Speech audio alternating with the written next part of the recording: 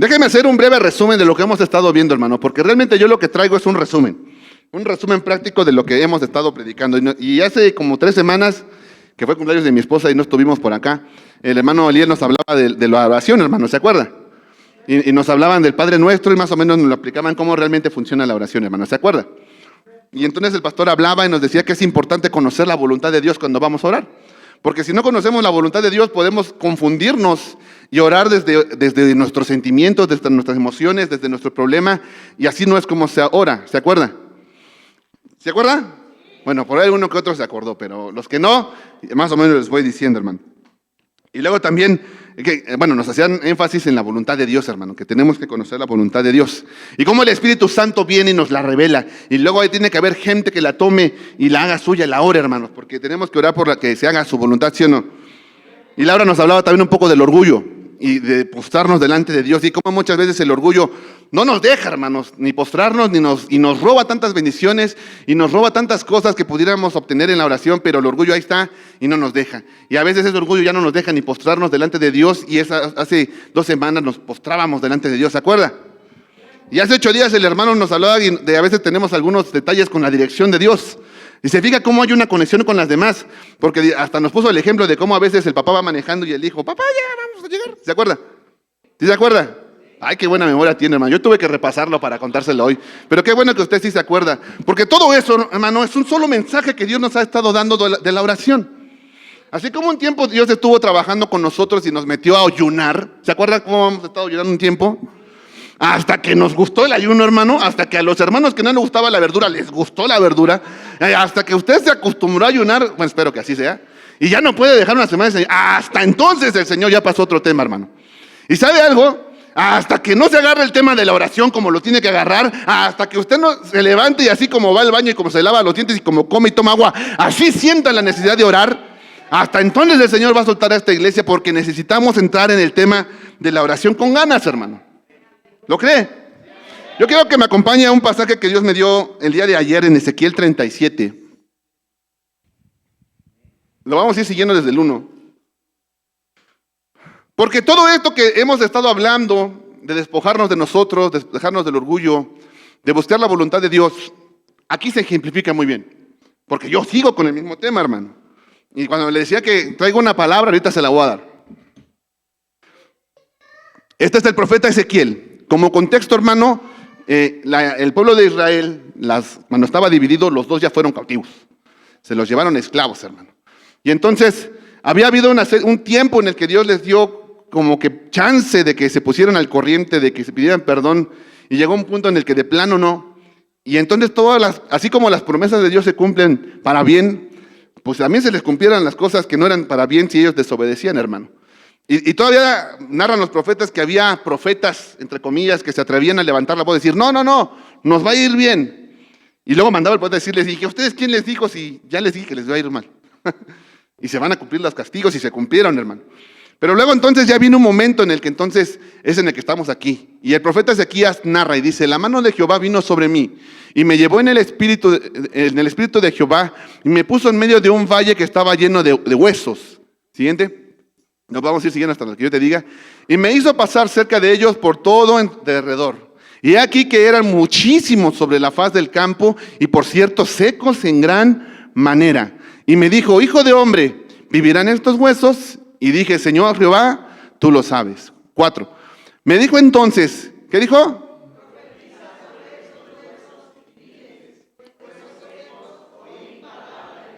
Siguiente.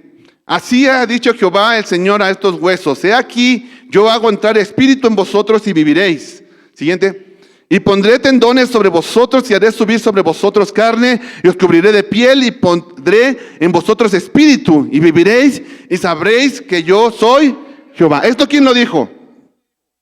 ¿Quién lo ordenó? Jehová. Ahora el 7. Bueno, ahí vamos a pararnos tantito. Yo le digo, ¿la palabra que Dios dio para los huesos era buena? ¿Y se cumplió ahí? Ahí hasta donde vamos ya se cumplió. Pero si Dios lo dijo, ¿no lo había dicho ya? ¿Pero qué hacía falta entonces? Que Ezequiel profetizara y lo dijera. Entonces dice ahora sí Ezequiel, profeticé. pues, como me fue mandado, y hubo un ruido mientras yo profetizaba, y aquí un temblor, y los huesos se juntaron cada hueso con su hueso. Siguiente, y miré y aquí tendones sobre ellos, y la carne subió, y la piel cubrió por encima de ellos, pero no había en ellos espíritu. ¿Se da cuenta cómo aquí empieza a cumplirse lo que Dios dijo? Pero fue necesario algo más. ¿Qué fue necesario? Que Ezequiel profetizara. Vamos a seguir leyendo. Dice, pero no había espíritu en ellos. Y me dijo, profetiza al espíritu, profetiza, hijo de hombre, y di al espíritu, así ha dicho Jehová el Señor, espíritu, ven de los cuatro vientos y sopla sobre estos muertos y ya les llegó la vida a los huesos, al cuerpo. Ya no son huesos, ya son cuerpo completo. Y dice el siguiente, y profeticé como me había mandado, y entró espíritu en ellos, y vivieron, y estuvieron sobre sus pies un ejército grande en extremo. Y la palabra que Dios me daba para esta iglesia y me mandaba, Dios me decía, diles que profeticen. Que profeticen. Dile a tu hermano, profetiza. Porque ya hemos estado hablando por años de la oración. Porque Dios nos ha estado hablando del ayuno, de creer, de la fe. Dios ha estado rompiendo moldes en este lugar, hermano. Dios ha estado haciendo cosas extraordinarias en nosotros, aunque no lo veamos. Pero de nada sirve todo eso, hermano. De nada sirve que estemos revisando la oración si ya vimos que necesitamos la voluntad de Dios, si ya vimos que el Espíritu Santo nos la tiene que revelar y ya sabemos todo eso. ¿De qué nos sirve el conocimiento si no vamos a aplicarlo? Yo te pregunto en este ejemplo, ¿era la voluntad de Ezequiel o la de Dios que se profetizara? Allí estaba la voluntad de Dios, estaba el Espíritu Santo presente.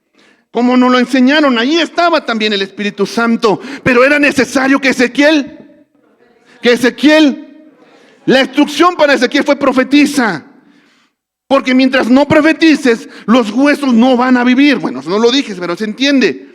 Y imagínense que Dios le da toda la instrucción a Ezequiel y le enseña y se lo da en el púlpito. Y Ezequiel, oh sí, amén, a Dios, y se va a su casa y no lo hace. Se hubiera levantado.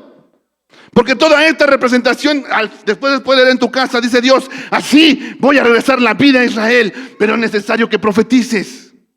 Es necesario que profetices, iglesia, es necesario que profetices. ¿Cuándo va a acabar este tiempo que estamos pasando de problemas? ¿Cuándo va a mejorar la situación y las adversidades que estás pasando como en tu vida, en tu familia? A lo mejor nos está haciendo falta profetizar, hermano. A lo mejor nos está haciendo falta que todo eso que hemos visto lo pongamos en práctica. Y Dios me decía, aquí Dios ha puesto profetas. Pero no solamente hace falta que los profetas profeticen.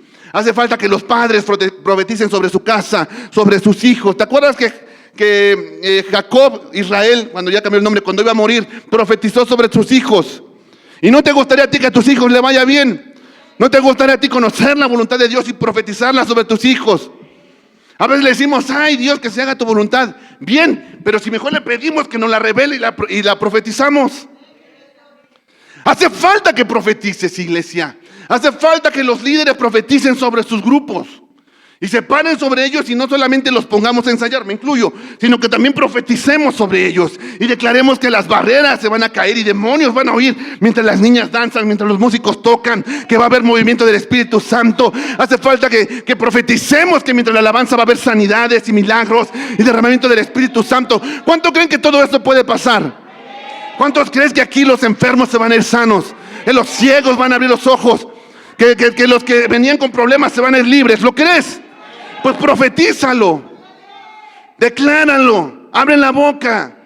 Porque muchas veces ya no es Dios el que está quedándonos cortos, por decirlo así. Es la iglesia la que no quiere abrir la boca. Somos nosotros los que a veces no nos atrevemos a pedir. A veces somos nosotros los que nos quedamos cortos en la oración. Y cuando vemos a alguien con una enfermedad que la gente dice que no se cura y vamos, nos da miedo decirle que es sano. Nos da miedo profetizar que es sano y mejor no nos quemamos y mejor no me quemo. Y Señor, que se haga tu voluntad. Pues también Dios quiere que se haga su voluntad, pero su voluntad es que quiere sanar enfermos. ¿O no? Yo recuerdo cuando llegamos a este lugar que se nos profetizó que en este lugar se iban a resucitar muertos. ¿Y quién se ha atrevido a profetizarle al muerto? Ahorita hay muchos. Para practicar. Pónganse a practicar. Bueno, no se mueren para eso, respeto para los dolores de las familias. Pero, hermano, entonces, ¿cuándo vamos a hacer algo? ¿Sabes tú que Dios honra a los que le honran? ¿Lo sabes?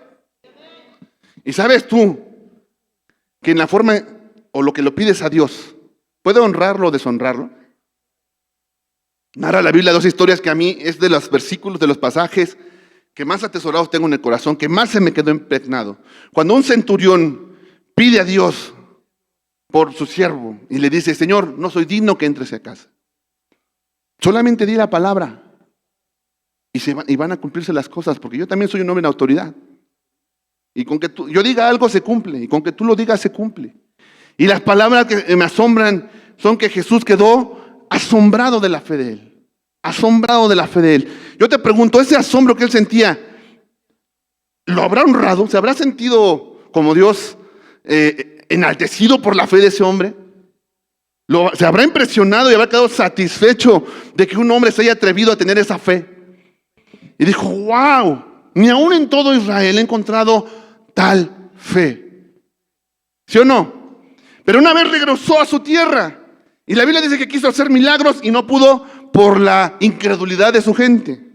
Y dice la Biblia que Jesús quedó asombrado de la incredulidad de ellos. ¿Se habrá sentido honrado ahí? No. ¿O se habrá sentido desilusionado de la fe? Y yo siempre le digo a Dios: déjame estar del lado de los que te asombran, Señor. De las palabras que yo te diga, que las oraciones y las cosas en las que estoy creyendo de verdad te honren. Y te traiga honra el que yo pueda creer que tú puedes abrir los cielos, que tú puedas sanar los ojos a los enfermos, abrir los ojos de los ciegos, levantar al muerto, levantar a la gente que tiene problemas, ser liberados. Que mi fe te honre y te traiga honra. Y yo no sé de qué lado tú quieres estar. De los que le pedimos cosas chiquitas y Dios dice: ahí hay un chorro, no estoy diciendo por Dios, ese es mío, ¿no? Hay un chorro de muñequitos ahí que adoran en otros lados que tampoco hacen nada, mejor pídale a ellos. Porque mi Dios es grande. Y cuando le vamos a pedir a Dios, Dios quiere que le pidamos cosas grandes, hermano. Dios quiere que le pidamos cosas grandes. Y uno de mis héroes, que siempre serán mis héroes de la fe, es Josué, hermano. Para mí.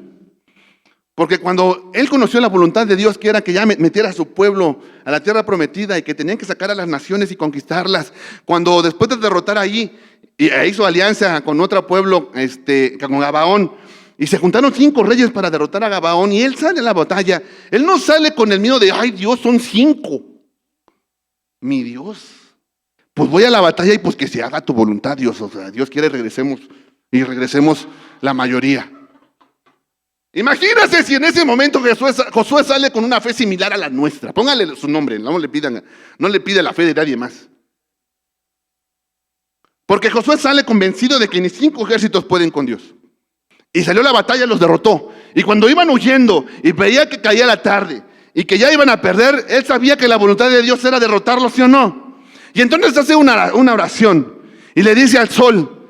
Dice la Biblia que en presencia de Jehová le habló al sol y le dijo: sol, detente. Y el sol se detuvo como por un día. Y entonces derrotaron a todos sus enemigos porque no llegó la noche para que pudieran oír. Y me encantan las palabras que dice en el libro de Josué. Dice: nunca tal hubo una oración en la tierra a la que Dios escuchara, que un hombre se atreviera a decirle al sol: detente, y se detuviera. Yo te pregunto, ¿Dios se habrá sentido honrado con la fe de Josué? Claro que sí. Y esta iglesia está aquí para que podamos traerle honra a Dios en las cosas que estamos creyendo, en las cosas que estamos profetizando, en las cosas que en nuestras bocas se van a abrir y van a declarar. ¿Cómo se sentirá Dios cuando traes tu necesidad a Él y le dices: ay Señor, es que ya no puedo? Yo sé que a veces lo sentimos de corazón, hermano, pero llevas así 15 años, 2 años, 3 años, no sé. Oye, ya deberíamos ser maestros de la fe, dice la Biblia, y todavía estamos como al principio. Ay Señor, es que todo yo, ¿cómo sufro? Le digo a mi familia: ¿cómo sufro? Yo digo, esas oraciones de tanto tiempo le traerán honra a Dios. ¿O será tiempo que nos levantemos y dijimos, Señor, sí estoy en problemas, sí estoy pasando, pero en tu nombre me levanto, en tu nombre los problemas se corrigen y declaramos que este es tiempo bueno y vamos a crecer y vamos a salir y este problema se va a acabar y esta breve tribulación va a terminar? ¿Qué palabras le traerán más honra a Dios? ¿Y de cuáles vas a usar? Porque hoy estoy aquí para pedirte que cuides las palabras cuando ores. Porque ya es tiempo de que crezcamos en fe. Ya es tiempo de que empecemos a pedir cosas grandes. Ya es tiempo que cuando veas a un enfermo, y no estoy hablando aquí en la iglesia, en tu trabajo, en donde te mueves, tengas la fe de decir, quiero orar por ti porque Dios te va a sanar. Creí, por tanto hablé, dice la Biblia. Y si estás creyendo en algo, entonces tu boca se va a abrir para decir, déjame orar por ti. Y te puedo decir por experiencia que muchos no se van a sanar, pero en algún momento Dios va a honrar a quien lo honra. Y vas a poner la mano sobre alguien cuando menos te lo esperes y Dios lo va a sanar. Y te puedo profetizar que eso no va a pasar aquí. Muchos de ustedes van a sanar enfermos allá afuera y la gente va a venir aquí. Es tiempo de que la iglesia haga cosas grandes del tamaño del Dios que dicen tener. Dios es grande. Pues es tiempo que lo profetices. Es tiempo que lo creas. Los efectos de esta pandemia van a terminar cuando la iglesia se levante a profetizar. Los enfermos van a empezar a sanar y esta iglesia se va a empezar a llenar cuando la iglesia empiece a usar los dones que Dios le dio. Cuando sus bocas se abran en fe, creyendo y declarando cosas grandes. Aquí hay gente, dice Dios, que ha tenido la oportunidad de orar por alguien y se arrugó, como decimos en el argot. Es un término bíblico que dice que no se animó. Y yo puedo decir que yo sí me identifico. Si he tenido oportunidad de orar por alguien y me hice el de la vista gorda. Pero ¿qué tal si Dios nos puso ahí? Bueno, dice Dios, no pasa nada. Vienen nuevas oportunidades. Pero hoy estoy aquí para recordarte que la siguiente vez no tendrás pretexto, porque yo te estoy diciendo que vas a tener oportunidades. Y entonces vamos a poner las manos sobre los enfermos y van a sanar. ¿Lo crees? No tengas miedo. Nos decía hace 8 días el hermano que él se fue a orar por todos los coronavirusos que encontró. Y tú ni salir de la casa quieres. Bueno, pues hay que seguir medidas también, pero si Dios te manda, ¿vamos a ir o no? Si quieres, ponte tu cubrebocas y te lavas las manos, pero ve y pon las manos. Todavía estamos como iglesia esperando que nos vacunen. Cuando tenemos un remedio más poderoso, tenemos algo más poderoso. Es tiempo que la iglesia se levante. Es tiempo que la iglesia haga cosas. La Biblia dice en Primera de Crónicas 12, cuando habla del ejército de Israel y de la gente que estuvo con David cuando tomó el reino en su ejército, de los hijos de Isaacar, 200 principales, entendidos en los tiempos, que sabían lo que Israel debía hacer, cuyo dicho seguían todos sus hermanos. ¿Sabes por qué? ¿Sabes por qué esos hombres sabían lo que Israel tenía que hacer? Porque entendían los tiempos. ¿Sabes qué tiempo estamos viviendo? Estamos viviendo los últimos tiempos, hermano. Y como iglesia estamos viviendo un tiempo en el que tenemos que levantarnos. Un tiempo en el que tenemos que atrevernos. Un tiempo en el que nuestras palabras y nuestros hechos le traigan honra a Dios. Es tiempo que tengamos una fe viva. Una fe que haga cosas. No una fe que nomás pase lista y se vaya de aquí. Sino una fe que allá afuera haga cosas. Porque el mismo Dios que estuvo con Josué cuando detuvo el sol, el mismo Dios que estuvo con Moisés cuando abrió el mar y que tú cantas en los cantos, es el mismo Dios que está contigo. Y hace rato cantábamos donde los sordos y los ciegos se sanan. Pues es tiempo de que la iglesia, más que cantarlo, se ponga a orar por los ciegos y los sordos, creyendo que Dios los va a sanar. Y cuando te toque uno que no se sane, no te desanimes. El que sigue y el que sigue. Pero Dios va a empezar a hacer milagros. ¿Sabes por qué? Porque es tiempo. Porque es tiempo de que la iglesia haga cosas. Porque ya no es tiempo de estar sentados quejándonos, pidiendo siempre para nosotros y no para los demás. Ya no es tiempo de que estemos nada más, Señor, yo, Señor, yo. Ezequiel no profetizó sobre sus huesos, ¿o sí? No dijo, Señor, tráele sanidad a mis huesos. Los otros que oren por los suyos. Aleluya. ¿Profetizó sobre el pueblo de Israel, sí o no? Y todos se levantaron, hermano. Qué importante es entender los tiempos de Dios. La Biblia dice de Daniel, en Daniel 9, dice, en el año primero de su reinado, yo Daniel miré atentamente en el libro el número de los años de que habló Jehová al profeta Jeremías, que habían de cumplirse las desolaciones de Jerusalén en 70 años. Y volví mi rostro a Dios del Señor, buscándolo en oración y ruego. Y yo te dejo ahí en Daniel 9 que tú lo leas en tu casa, porque Daniel ora a favor de su pueblo. ¿Sabes por qué? Porque era tiempo de que Israel fuera restaurado. Entendió los tiempos y oró la voluntad de Dios, que ya estaba escrita. Hay una voluntad ya escrita en la Biblia, hermano, y Dios quiere que la oremos, que la abracemos. Y es tiempo de que esta iglesia se levante y la iglesia empiece a hacer cosas. Es tiempo de que ores. Es tiempo de que profetices, hermano. Es tiempo de que empecemos a abrir la boca para declarar cosas grandes y nuestra fe le traiga honra a Dios, hermano. ¿Lo crees? ¿Lo crees? Te quiero contar un sueño. Ahora que todos están soñando, yo también me puse a dormir. Digo, es que yo cuando digo yo soñé, pues se la pasan durmiendo. Pero bueno, qué bueno por ese ministerio, porque está bonito. Tuve un sueño, hermano. Y te lo voy a contar brevemente, porque algo tiene que ver con todo esto que te estoy explicando, hermano. Porque yo soñaba que estaba en una casa. La casa era, para la que no conocieron, la casa de mi abuela, de mi abuelita, en la Oriental.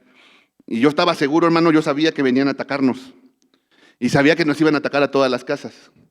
Entonces yo revisaba cómo estábamos protegiendo nuestras entradas y encontraba un candadote con un candadote así grandote, bien suave, con unas cadenotas y dije, con este.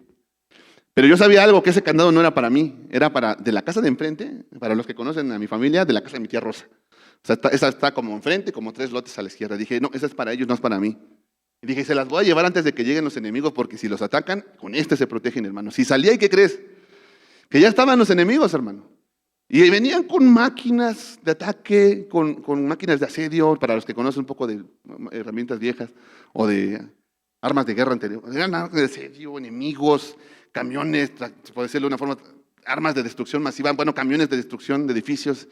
Dije, en la torre, no se lo voy a llevar, no voy a llegar. Mejor me lo pongo a mí. Y entonces llegaba y lo ponía en mi propia puerta y me regresaba, hermano, y hablaba con mi familia y todo, y me subía a la azotea a ver qué tal iban, hermano, y los enemigos ya estaban enfrente de nuestra casa. ¿Y sabe una cosa, hermano? No pudieron entrar. Eran grandes y atacaban, intentaban, y la casa, como si nada. Y entonces yo entendí algo y dije, me paso de cabezón, porque yo no necesitaba ese candado. Ese candado era para alguien más, y yo no se lo di. Y cuando preparaba esta predicación, hermano, parte del sueño, pues lo estoy contando, es que muchas veces nos ponemos a declarar palabras sobre nosotros mismos y queremos profetizar sobre nosotros y todo para mí y yo para mí. Me acuerdo mucho de la predicación de Laura del orgullo y échenme, y los demás oren para mí, échenme todo a mí. Cuando no es para nosotros, hermano. Dios nos dio el poder de orar los unos por los otros. Y cuando Dios quieras hacer algo y te sientas con algún problema, vence tu orgullo y deja que otros más oren por ti, pero tú, la palabra que Dios te dio, úsalas para defender a otros. Profetiza sobre el hermano que tienes al lado, profetiza sobre el... Luego Dios te trae de repente pensamientos y dices, ay, me acordé del hermano tal, pues ponte a orar por él. Porque esas no son casualidades, a lo mejor nadie te lo había dicho, pero a veces Dios te trae a la mente cosas, te trae sueños, te trae nombres, te trae imágenes, es para que ores por ellos. Pero del 100% de tu tiempo de oración, el que sea, no vamos a hablar del tiempo, el 95% es por ti, el 90%. Cuando yo creo honestamente que el 100% debería ser por los demás. Mientras preparaba este mensaje, hermano, yo le he enseñado a mis hijas a orar en la noche, oramos juntos, y siempre les he enseñado que tienen que orar por alguien más. Y a veces se nos va la oración orando por todos, y al final se nos olvida por nosotros. Y a veces digo, no, yo creo que hoy vamos a orar por nosotros porque pues, nunca oramos por nosotros. Y nosotros también tenemos nuestros problemas, luego pienso yo. Son mis pensamientos. Pero luego se nos va orando por los demás, hermano. Y Dios una vez me mostró y me dijo, ya diste gracias por las oraciones que les he contestado como familia. Y entonces me puse a repasar todos los hermanos por los que hemos estado orando, hermano. Hermanos y no hermanos. Dios me ha puesto amigos, compañeros que me han estado buscando extrañamente y de repente ya encontré un patrón, ya sé que cuando alguien me busca le pregunto cómo está y algo me va a decir. Mi hermano está bien grave, yo estoy bien malo, ya a mi hermano ya no le dan esperanzas, mira que no encuentro trabajo, mira que aquello, lo otro. Y siempre les digo, voy a orar por ti, pero de verdad que me propongo orar por ellos. Ni una sola Dios me ha dejado sin contestar. Todas, hermano. Todas Dios me ha estado contestando. Y luego me escribe mi amigo y me dice, ¿qué crees, Iván? Ya encontré trabajo. Y no solamente encontré trabajo, se pelearon por mí. Y cuando se estaban peleando por mí me dijo, no aceptes esa oferta. Es que tengo una oferta, no la aceptes, te la mejoro, y me la mejoraron. Y la otra empresa dijo, no, vente conmigo, ya te habías aceptado, te mejoro la oferta. Dice, y así se fueron hasta que agarró una gran oferta. Me decía un amigo, Iván, mi hermano ya no tenía esperanza. Llevaba tantos meses enfermo, dice. De sus dedos ya los iba a perder, dice. Su pierna, dice, ya no le daban esperanza. Él vivía solo y se murió con mi papá porque ya no se puede cuidar solo. Ya estaban las últimas. ¿Sí? Empezaste a orar por mí, dice, por mi hermano. Mi hermano ya se regresó a su casa bien, dice. Dice, gracias por tus oraciones. Y hoy vengo a decirte a ti que Dios te va a responder. Pero dejemos de ver por nosotros mismos. Dejemos de usar la oración para nosotros mismos cuando tenemos que orar por los demás. La Biblia nunca nos mandó a poner las manos sobre nosotros mismos. Digo, pon las manos sobre los enfermos, pon las manos sobre los demás, sobre los otros. Empecemos como iglesia a practicar lo que es la oración los unos por los otros. Y cuando Dios nos mande gente, hermano, ¿para qué nos los manda si ni oramos por ellos? Pues tenemos que profetizar, hermano. La Biblia narra y Pablo decía, cuando entran los incrédulos y los oigan hablar en lenguas, como que no les va a caer el 20, pero cuando vayas y les profetices van a decir, wow, Dios está aquí. ¿Por qué crees que el enemigo tanto tiempo atacó la profecía en la iglesia? Porque es una herramienta poderosa para la iglesia, hermano. Simple y sencillamente ahí está escrito y dijo, cuando entren y les profeticen van a creer. Pero entraban y la iglesia no profetiza, hasta le atacaba la profecía y decían, no, eso no es de Dios. Pues ¿cuándo iban a convertirse? Ponte de pie, iglesia.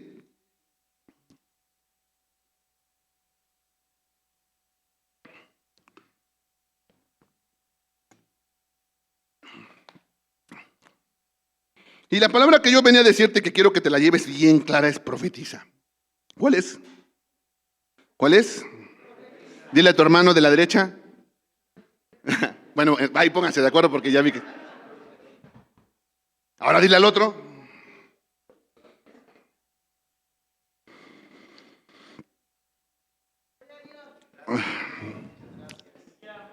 Tenemos que profetizar. Así que vamos a orar ahorita y de aquí en adelante vamos a orar diferente. Pastor, Dios me decía que tienes que profetizar. Profetas tienen que profetizar. Pero igual los líderes tenemos que profetizar. Los niños tienen que profetizar. Padres tienen que profetizar sobre su casa, sobre su trabajo, sobre sus hijos, sobre los enfermos. Y tenemos que orar los unos por los otros. Hoy la palabra que te tienes que llevar es profetiza. No tengas miedo. Y Dios me decía una segunda cosa que es también por la que vamos a orar. Ahorita vamos a ministrar. En Lucas 18, 7 y 8, dice así: ¿y acaso Dios no hará justicia a sus escogidos, que claman a Él día y noche? ¿Se tardará en responderles? Os digo que pronto les hará justicia. Pero cuando venga el Hijo del Hombre, ¿hallará fe en la tierra? Y yo le pedí al Señor que me explicara. Creo que está muy claro, hermano. Pero la pregunta es abierta. No dice ahí, pero cuando venga el Hijo del Hombre, no hallará fe en la tierra. Hallará muy poca fe en la tierra. Esa pregunta que está ahí es para que nosotros se la respondamos. La iglesia tiene una crisis de fe. La iglesia tiene una crisis de identidad donde no se cree todavía lo que Dios le ha dicho de él. Y por eso no profetizamos. Porque decimos, a mí Dios me va a oír, yo tengo el don, mejor sigo pidiendo y recibiendo. Pero ya es tiempo de que creas y te levantes a orar. Ya es tiempo de que te quites el miedo. Ya es tiempo que te quites la duda. Y empieces a decirle, Señor, yo me encargo de que cuando regreses encuentres fe. Encuentra fe en mí. Porque no estoy hablando solo de esta congregación, hermano. Nos pasa a toda la iglesia en general, que tenemos una crisis de fe en lo que Dios nos ha dicho. Y por eso luego no nos animamos a hacer las cosas. Pero es importante que aumentemos nuestra fe y que la pongamos, hermano. Y si hoy tienes tú una crisis de fe en la que digas, Señor, es que yo todavía no me la creo. ¿Cómo voy a profetizar si todavía ni me la creo? ¿Cómo voy a profetizar que mi pareja va a ser salvo si todavía no lo creo? Bueno, antes de profetizar, ¿qué te parece? Oramos por la fe de todos para que la sane. Porque cuando profetices sobre tu casa, tu pareja, tus hijos, Tus padres van a venir aquí, como tú lo declares. Dios no va a dejar caer tus palabras al suelo, sino que Dios va a honrar a aquel que lo honra con sus palabras, pidiendo cosas que solo Él puede hacer, creyendo que Dios las va a hacer. Así es la fe, así funciona, hermano. Y al igual como nos decía el pastor la otra vez, que los discípulos dijeron a Dios, enséñanos a orar. También los mismos discípulos dijeron a Dios, aumentanos la fe. ¿Por qué no le decimos a Dios, Señor, auméntame la fe? Ya hemos hablado de eso de aumentar la fe otras veces, pero hoy no quiero hablar de eso. Lo que yo quiero es que le digamos a Dios, Señor, yo tengo un problema de fe, lo confieso, te lo entrego. Quiero que mi fe sea restaurada. ¿Oramos?